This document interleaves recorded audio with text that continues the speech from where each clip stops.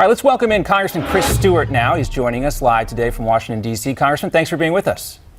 Good to be with you. Thank you. All right, you represent the 2nd District in Utah. You're also a former Air Force pilot and a member of the House Appropriations Committee as well as the Intelligence Committee. It's good to have you with us. And I want to ask you where you come down on Trump's speech. Do you agree with Newt that it was a serious speech, or are you concerned that Trump can't pronounce Tanzania? Well, you know what? Actually, in Africa, they do pronounce it the way that Mr. Trump did, so I will give him that. But I have to, before replying immediately to your question, I have to address what Mr. Ernest said, and that is this idea that this president has left the world safer. That's just nuts, in my opinion. It's just insane. I mean, as a member of the Intel Committee and a former member of the military, my heavens, everywhere I go, I see and I hear this, the uncertainty, the chaos, the growing danger of America, and we need a president who will address that in a serious way. What do you think about, Congressman, what do you think about the way the White House press corps kind of laughed at Donald Trump? If there's serious concern, they shouldn't be laughing. They clearly don't take him serious.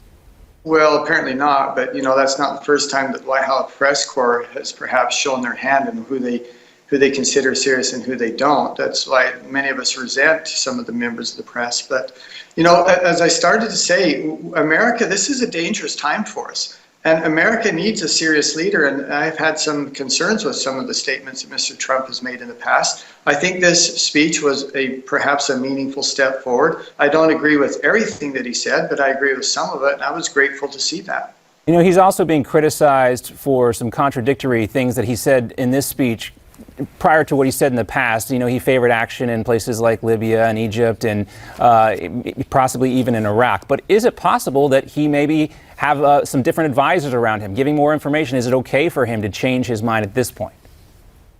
Well, I mean, it's one thing to change your mind. It's another to go back and try and change history. I mean, if you have statements in the past that said, for example, I supported the invasion of Iraq and then claim now that you didn't, I mean, that's not changing your mind. That's trying to change history.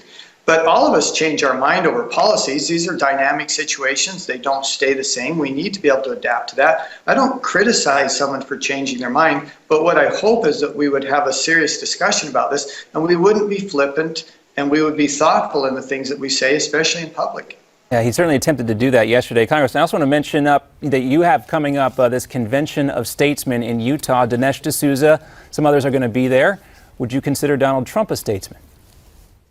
Well, again, I don't know that Donald Trump would consider himself a statesman. I mean, I think he would say that I'm not. I mean, that sounds fairly establishment. It sounds, I think he's running as something other than that. At least that's my impression of him.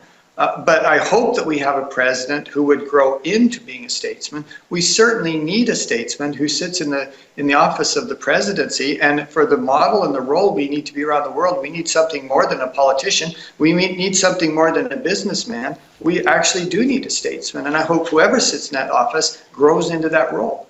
Now, previously you had endorsed Marco Rubio, is that correct? That's true. I did. He's one of the decent men I've met in politics. Now, will you support the Republican nominee, no matter who that person is?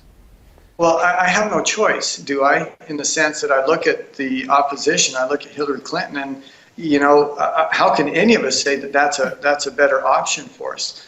Now, having been a supporter of Marco, sometimes it's hard for those of us who have thrown our support and a lot of work and effort behind one individual and to transfer that over. But the bottom line is we have to unite the party. We just have to. The stakes are too high if we don't.